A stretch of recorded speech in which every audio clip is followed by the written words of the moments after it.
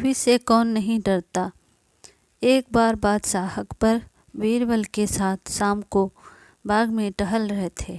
कुछ राजकाज की बातें करते करते अकबर ने अचानक बीरबल से पूछा, सुना है कि तुम अपनी बीवी से बहुत डरते हो।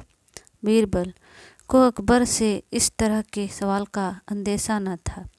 उसने संभलते हुए कहा, जी मैं ही क्या, हमारी सल्तनत का हर आदमी अपनी बीवी से डरता है।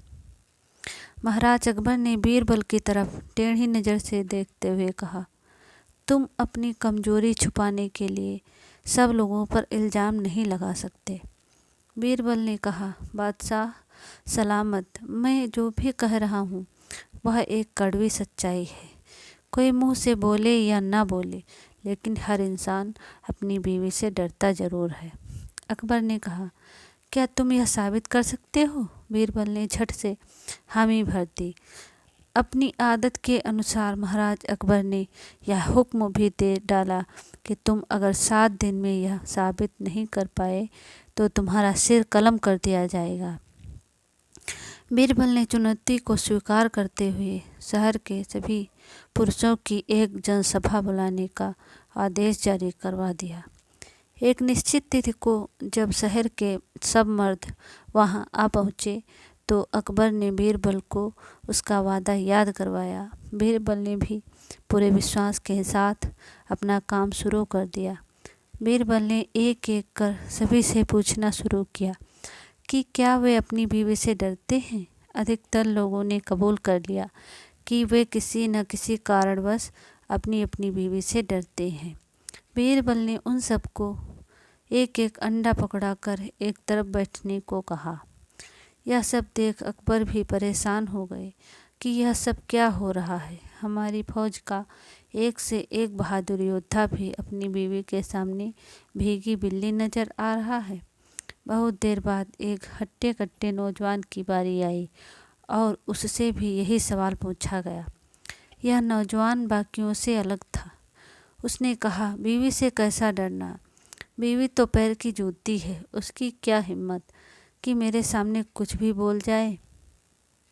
अकबर को थोड़ी तसल्ली हुई कि चलो कोई तो निकला जिसने अब इतनी बात कहने की हिम्मत की। जब हर तरीके से उसे परख लिया गया तो बादशाह ने उसे एक काला घोड़ा इनाम में दिया। घोड़ा लेकर वह नौजवान खुशी खुशी अपने घर पहुंचा तो उसकी पत्नी ने हैरान होते हुए पूछा, सुबह तो पैदल धक्के खाते हुए गए थे, अब यह घोड़ा किसका उठा लाए हो? नौजवान ने सारा किस्सा पत्नी को बताया। पत्नी ने कहा, तुम्हें तो सारी उम्र अक्ल नहीं आ सकती।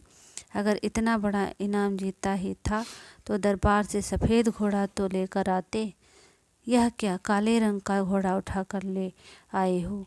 नौजवान ने कहा, बेगम तुम चिंता मत करो, आज बादशाह सलामत मुझसे बहुत खुश हैं। यह लो, मैं अभी घोड़ा बदल कर लाता हूँ। कुछ देर बाद ही वह काला घोड़ा लेकर वापस दरबार में पहुँचा और बीरबल से प्रार्थना करने लगा, मेरी बीवी को यह काला घोड़ा पसंद नहीं है, आप कृपया मुझे सफ़ेद घोड़ा दे दें। बीरबल ने कहा, यह घोड़ा उधर बांध दो और यह अंडा लेकर घर जाओ। बादशाह ने पूछा कि आखिर माजरा क्या है। बीरबल ने कहा कि यह नौजवान पहले तो कह रहा था कि अपनी बीवी से नहीं डरता, लेकिन जब बीवी ने काले घोड़े की जगह सफ़ेद घोड़ा लाने को कहा तो वह उसको ना नहीं कर सका। बीरबल ने आगे बताया, जहाँ पनाह इसकी बीवी बहुत सुंदर है, उसको यह क्या कोई भी आदमी किसी काम के लिए नहीं ना कह सकता। अकबर ने बीरबल से कहा, अच्छा अगर ऐसी बात है तो हम भी ऐसी खूबसूरत औरत को देखना चाहेंगे, तुम किसी तरह यह इंतज़ाम करवाओ। बीरबल ने कहा, जहाँ पनाह यह तो कोई मुश्किल काम नहीं है, मैं कल ही उस औरत से आपकी मुलाकात। बीरबल की बात को बीच में ही काटते हुए अकबर बोले, लेकिन एक बात का ध्यान रहे कि हमारी बेगम साहिबा को इस बात की भनक भी नहीं लगे।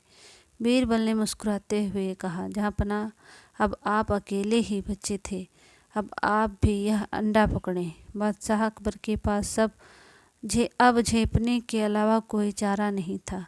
वह मान गए कि हर मर्द अपनी बीवी से डरता है। वीडियो अच्छी लगी हो तो प्लीज़ लाइक करें, शेयर करें और चैनल को सब्सक्राइब करें। धन्यवाद।